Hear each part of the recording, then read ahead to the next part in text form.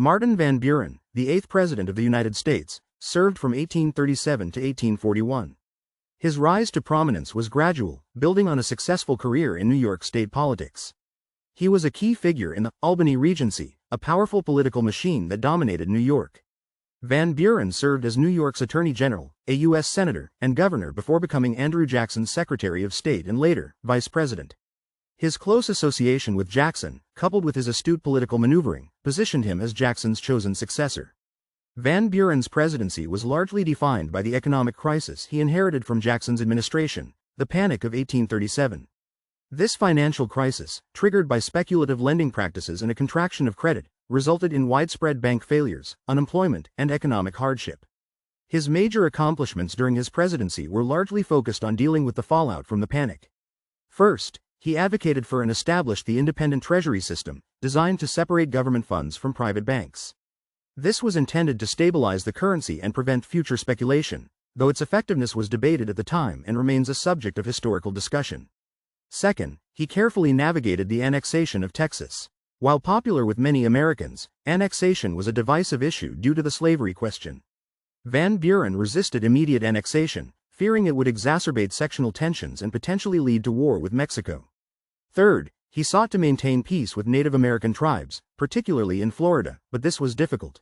His administration continued the policy of Indian removal, although he attempted to implement it more humanely than his predecessor. Significant world events during Van Buren's presidency included the Canadian rebellions of 1837 to 1838. These uprisings, fueled by grievances against British rule, strained relations between the United States and Great Britain as some Americans sympathized with the rebels. Van Buren worked to maintain neutrality and prevent the U.S. from being drawn into the conflict. Van Buren's term concluded in 1841 when he was defeated in his bid for re-election by William Henry Harrison. The ongoing economic depression significantly impacted his popularity. Harrison's "log cabin and hard cider" campaign, which portrayed him as a common man, proved successful against Van Buren, who was perceived by some as aloof and out of touch. Ranking Van Buren's effectiveness is complex and opinions vary widely.